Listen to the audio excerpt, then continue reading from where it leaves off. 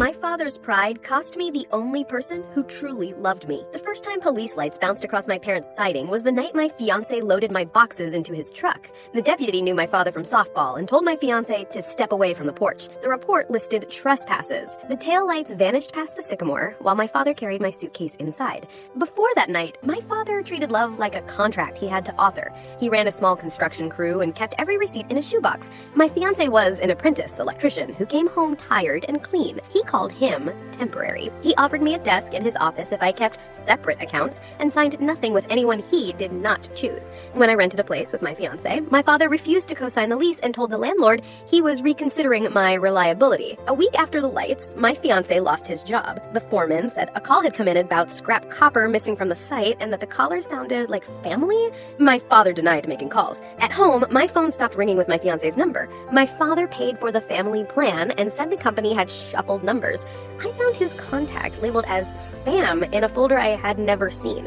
The wedding date slid away like wet paint. My fiancé picked up weekend work wiring garage doors. At the bank, the teller said my father had frozen the savings account he'd opened in my name, citing fraud concerns. When I missed a period, I stood in the pharmacy bathroom with the Struck on the counter and the drink cooler humming.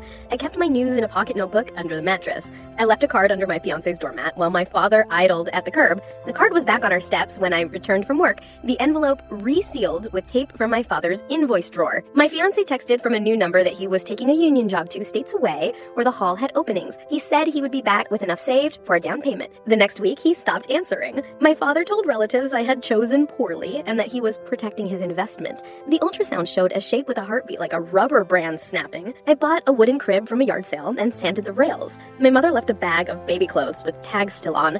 At the bottom was a stack of mail rerouted during my fiancé's address change. There were 2 bus tickets dated 3 months earlier and a note with directions to a terminal bench. The tickets were stamped not used and refunded to the card that bought them.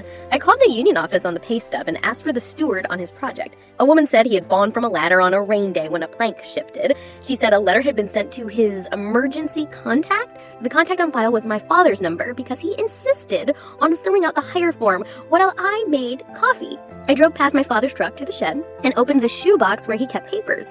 Between tire receipts and check copies were my letters, the bus tickets, and a printed request to remove a phone number off of our plan. There was a signed acknowledgement for certified mail addressed to me.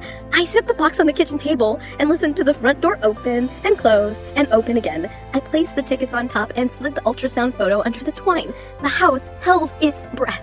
I left the lid where the light hit it, took my keys from the hook, and walked out without my coat. Bitter air.